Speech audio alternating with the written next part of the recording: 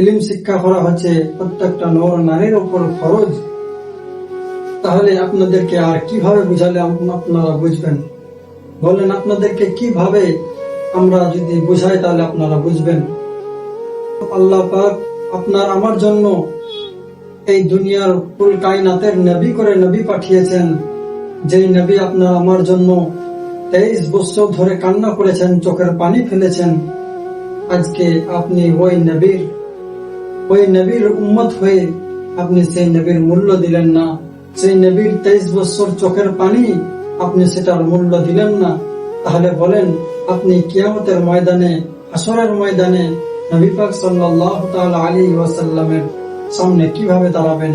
যেই দিন আপনি যার কাছে যাবেন, যে কোনো নবীর কাছে যাবেন, প্রত্যেকটা নবী বলবে ইযহাবু ইলা গায়রি, আজকে তুমি এই জায়গাতে কোনো সাহারা পাবে না, চলে যাও অন্য কোনো কাউরের কাছে, অন্য জনের কাছে চলে যাও।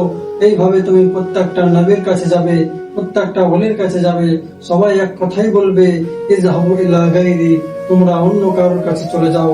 কিন্তু আপনার আমার নবী, যেই নবী আপনার আমার জন্য 23টা বছর, যখন আপনার 23 বছরে যখন কোরআন নাজিল হলো, ওই 23 বছর ধরে আপনার আমার নবী কান্না করেছিলেন।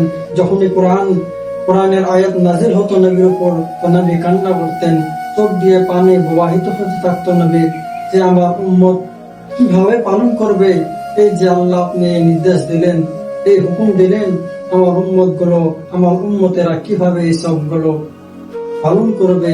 এই দেখে আপনার আমার নবী আপনার এক গুহার মধ্যে কান্না করতেন। ব্রাদার মুআজ্জাজ সামাইনে কেরাম, হে বাপজি ভাইরা, তোমরা বুঝো, না বুঝলে তোমরা কবরে যখন যাবে, কবরে শান্তি পাবে না। কবরের আযাব বহু কঠিন আযাব, যে কবরে সওয়াল জবাব যদি তুমি এই দুনিয়াতে ভালো কর্ম করে যাও, তাহলেই তুমি কবরে শান্তি পাবে, কবরের জবাব তুমি দিতে পারবে। আর হাসরের ময়দানে নবী পাক সাল্লাল্লাহু তাআলা আলাইহি ওয়াসাল্লামের সঙ্গে তোমরা হাত ধরে জান্নাতে যাবে। ওই জন্য বলছি ভাই, বুঝো, নামাজ পড়ো।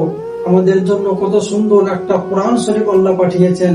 এই কোরআন পড়ে আমরা যদি নবীকে না বুঝতে পারি, আল্লাহকে বুঝতে না পারি, তাহলে আমাদের উপায় কি আছে? আমরা যাব কোথায়?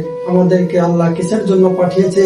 আর আমরা এই দুনিয়াতে আজকে কি করছি? আমাদের কি করা দরকার? আর আমরা এখন বর্তমান কি করতে আছি? এবার যে ভাইরা, আসুন আপনারা আল্লাহর দরবারে আপনাদের সকল গুনাহের জন্য আপনারা আল্লাহর কাছে প্রার্থনা করুন, দোয়া চান, দোয়া ইস্তেগফার করুন, তওবা করুন। আল্লাহ রাব্বুল আলামিন বলতে আছেন, হে শয়তান, তুমি আমার বান্দাকে যতবার ভটকাবে, যতবার খারাপ রাস্তায় নিয়ে যাবে, আমার বান্দা, আমার নবীর উম্মত যখন আমি আল্লাহর দরবারে সিজদা দিয়ে দোয়া করতে থাকবে, তার গুনাহগুলোকে প্রকাশ করতে থাকবে আমি আল্লাহর কাছে, আমি সেটাকে মাফ করে দেব, ক্ষমা করে দেব। তো এখান থেকে বোঝা গেল যে আমাদের সর্বদাই আমাদেরকে নামাজ পড়তে হবে, আল্লাহকে সিজদা করতে হবে। আল্লাহ ছাড়া আর দ্বিতীয় কাউকে সিজদা দেওয়ার যোগ্যতা আমাদেরকে যেমন আমাদের দিমাগে না থাকে, আমাদের মাথায় না থাকে। যাই হোক, সকলে আশা করে বুঝতে পেরেছেন।